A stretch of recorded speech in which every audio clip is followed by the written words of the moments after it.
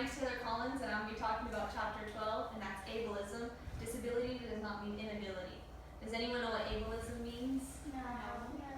Litton has provided a definition of ableism as the negative determination of an individual's abilities based on his or her disabilities. Ableism promotes the belief that people with disabilities are inferior to able-bodied persons in order to justify discrimination against them. So, institutional ableism is a consequence of established laws, customs, and practices that systematically discriminate against people with disabilities. A unique consequence for this minority group has been their placement in institutions comparable only to 19th century poorhouses for paupers. People with disabilities placed in institutions. The purpose of institutions was to remove defective people from society, and the quality of care was not good, as rumors circulated of inhumane treatment. By the 19th century, reformers visited lunatic hospitals.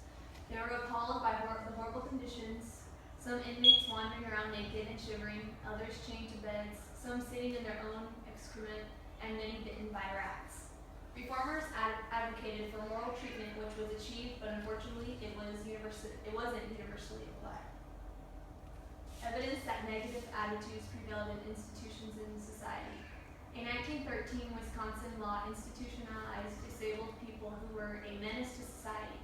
A similar law passed in Texas stated that people with disabilities mingling in the community was a most baneful evil, because people with disabilities were defects that wound our citizenry 1,000 times more than any plague. They are a blight on mankind. Also, some states authorize removing children with disabilities from their homes, even against the wishes of parents. In the 1930s, over 30 states enacted laws permitting involuntary sterilization of people in state-funded institutions. People with disabilities were institutionalized in the United States, were largely ignored until 1972, when appalling conditions at New York's Willowbrook State School were exposed.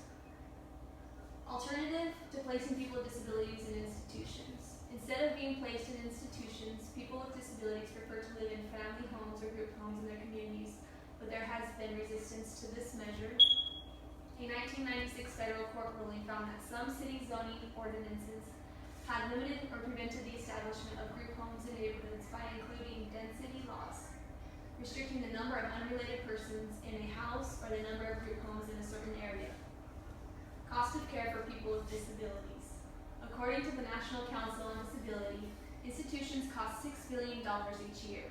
Taxpayers fund over 60% of the expenses for people with disabilities in nursing homes and institutions. Several studies report that moving people from institutions into community settings resulted in savings from 5% to 27%, and the savings would be higher today. Community settings are more cost-effective and have benefits. Advocates for normalization oppose confining people with disabilities in institutions. U.S. provided support. In 1996, Congress provided only $32 million for programs to protect people with disabilities from being discriminated against in hiring decisions. The 1990 Americans with Disabilities Act was enacted to prevent discrimination against people with disabilities. In 1973, the Supplemental Security Income SSI program was created to assist people with disabilities. They were giving $400 to $700 per month, but recipients must remain without other means of support to receive SSI funds.